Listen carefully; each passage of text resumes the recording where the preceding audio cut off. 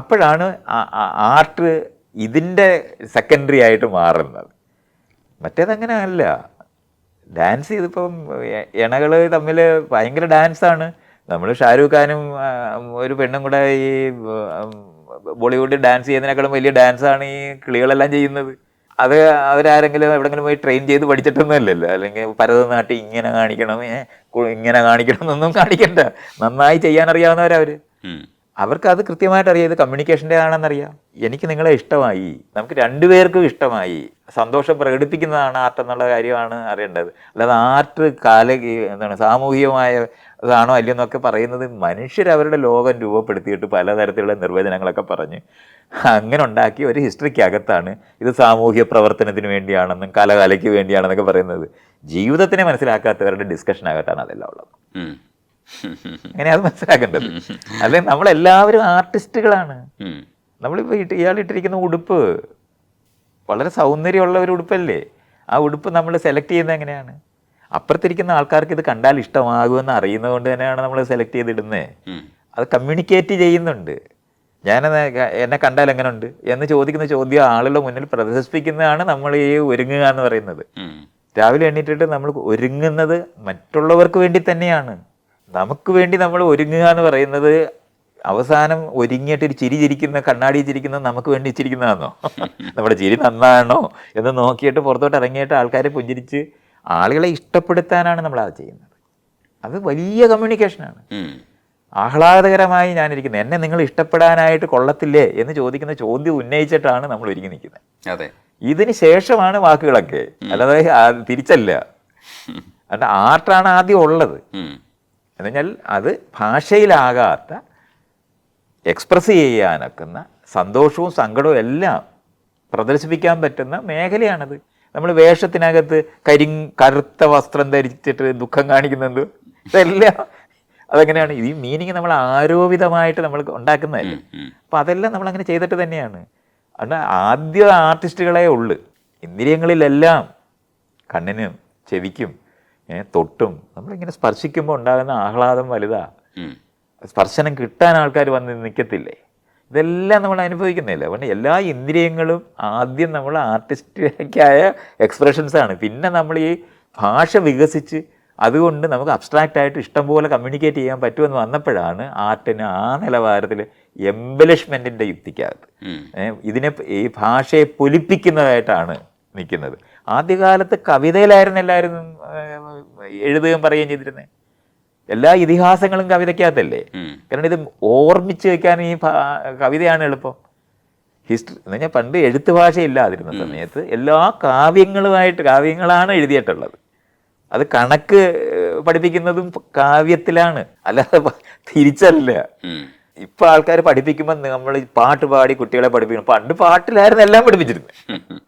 അതുകൊണ്ട് തിരിച്ച് നമ്മൾ ഇതിനെ ഇടയ്ക്ക് വെച്ചിട്ട് നമ്മൾ തലതിരിഞ്ഞു പോയത് കൊണ്ടാണ് നമുക്കിത് ഇപ്പം ഇത് മനസ്സിലാകാത്തത്. ആർട്ട് എന്തോ എക്സ്റ്റൻഷൻ, അങ്ങനല്ല. നമ്മളെല്ലാം ആർട്ടിസ്റ്റുകളാണ്. നമ്മൾ ഓരോ തരത്തിലെ ആളുകൾ അപ്പുറത്തുള്ളവരെ കമ്മ്യൂണിക്കേറ്റ് ചെയ്യാനായിട്ടുള്ള ആദ്യത്തെ മാധ്യമമാണ് നമ്മുടെ ആർട്ടെന്ന് പറയുന്നത്. അത് പലതരത്തിൽ നമ്മൾ ചെയ്യുന്നുണ്ടാവും. അത് പ്രസൻറ്റബിൾ ആകുക, മറ്റുള്ളവർക്ക് പ്രസൻറ്റബിൾ ആകുക എന്ന് പറയുന്ന ആർട്ടിസ്റ്റിക്കാണ്. ഇതൊക്കെ ആ ഏരിയ നമ്മൾ മനസ്സിലാക്കാതെ തിരിച്ചത് ചിന്തിക്കുന്നതുകൊണ്ടാണ് നമ്മൾ ഈ യുക്തിപരമായി ലോകത്തിനെ മനസ്സിലാക്കാൻ തുടങ്ങിയപ്പോഴാണ് നമ്മൾ ഈ തലതിരിച്ച് കളഞ്ഞത്. മറ്റേത് ഗുഹാചിത്രങ്ങൾ മുഴുവനും അവിടെ വരച്ചിരിക്കുന്നത് എല്ലാം മൃഗങ്ങളുടെ പടങ്ങളാണ് ഏറ്റവും കൂടുതൽ വരച്ചിട്ടുള്ളത്. കാരണം ഈ കുട്ടികളെ കാണിച്ചു കൊടുക്കുന്നതാണ് ഈ മൃഗം എന്താണ് ചെയ്യുന്നത്, അത് എവിടെയുണ്ടെന്ന് പറഞ്ഞാൽ മുഴുവൻ അതിനകത്തായിരുന്നു. അന്ന് സംസാരിക്കുന്നില്ല, പടം വരച്ചിട്ടാണ് അത് കാണിച്ചിരുന്നത്. ആ ചിത്രങ്ങളാണ് ഇന്ന് ഗുഹാചിത്രങ്ങളായിട്ട്. നമ്മൾ അതിനൊക്കെ ശേഷം ആർട്ടിസ്റ്റ് എന്ന് പറയുന്ന ഒരു പ്രൊഫഷനാണെന്നൊക്കെ പറയുന്ന ഇന്നത്തെ നമ്മുടെ യുക്തിക്കകത്തൊക്കെ വരുന്നപ്പോഴാണ് ഈ തിരിഞ്ഞു പോയത്. നമ്മൾ ഈ പറയുന്നത് പ്രധാനപ്പെട്ടത് ഇതല്ല. പ്രധാനപ്പെട്ടതെന്ന് പറഞ്ഞാൽ മേശയും കസേര ഉണ്ടാക്കുന്നത് പോലുള്ള വസ്തുക്കൾ ഉണ്ടാക്കുന്നത്, അതിനകത്ത് തന്നെ അത് കലാമൂല്യമുള്ളതാക്കി മാറ്റുന്നത്. നമ്മൾ വെറുതെ ഒരു പിച്ചാത്തിക്ക് ഒരു പിടി ഉണ്ടാക്കി ആ പിടിയിൽ നമ്മൾ ചിത്രം വരയ്ക്കുന്നതൊക്കെ നമ്മൾ എന്നേ ചെയ്തിട്ടുള്ളതല്ലേ. നമ്മൾക്ക് ആദ്യത്തെ ലോകത്ത് കിട്ടിയിട്ടുള്ളതെന്ന് പറഞ്ഞാൽ 1,00,000 വർഷമായി ഈ കക്കയുടെ നടുവിലെ ദ്വാരമിട്ട് എന്നുവെച്ചാൽ ഒരു മാലയിൽ കോർത്തിരുന്നതാണെന്ന് കാണാനൊക്കെ കാക്കകൾ 1,00,000 വർഷത്തിന് മുമ്പ് ആഫ്രിക്കയിൽ തന്നെ നമുക്ക് കിട്ടിയിട്ടുണ്ട്. അപ്പോൾ അത് എടുത്ത് നമ്മുടെ ദേഹത്ത് ഇട്ടിട്ട് നമ്മൾ മറ്റുള്ളവർക്ക് എന്നെ കണ്ടാൽ എങ്ങനെയുണ്ട് എന്ന് ചോദിക്കുന്ന ചോദ്യം അവനെ ചോദിച്ചു കഴിഞ്ഞു. ഭാഷ അന്ന് ഉണ്ടായിട്ടുണ്ടെന്ന കാര്യം നമുക്ക് അറിഞ്ഞുകൂടാ.